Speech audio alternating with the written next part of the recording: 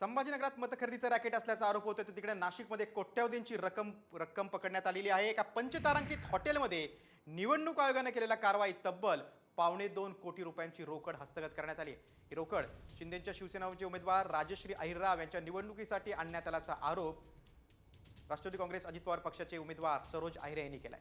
हे देवळी मतदारसंघातील उमेदवार आहेत दोघे। इतकंच नाही तर शिवसेनेच्या नेत्यांनी हा पैसा पुरवल्याचा गंभीर आरोप देखील अहिरे यांनी मित्रपक्षावर केलाय। मात्र हे सगळे आरोप पराभवाच्या भीतीतून केल्याचा प्रतिआरोप राजश्री अहिरराव यांनी केलेला आहे। या सगळ्यामुळे नाशिकमध्ये महायुतीत मात्र चांगलाच वाद निर्माण झालाय। ज्या व्हिडिओमध्ये ज्या श्रीमती अलका अहिरराव जलसंपदा विभागाच्या अधिकारी बसलेल्या आहेत त्यांचं नामोल्लेख आहे का? ती FIR मला कोणीच माहिती देत नाही, पोलीस प्रशासनही मला माहिती देत नाहीये।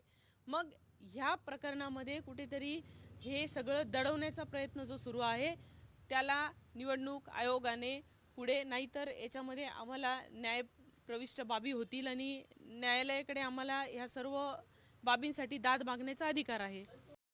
आम्ही तर वैयक्तिक भेटायला गेलो होतो आणि नाहक कारण असताना माझ्या पक्षाला, आम्हाला, आमच्या वरिष्ठ नेत्यांना बदनाम केलं जातं आहे।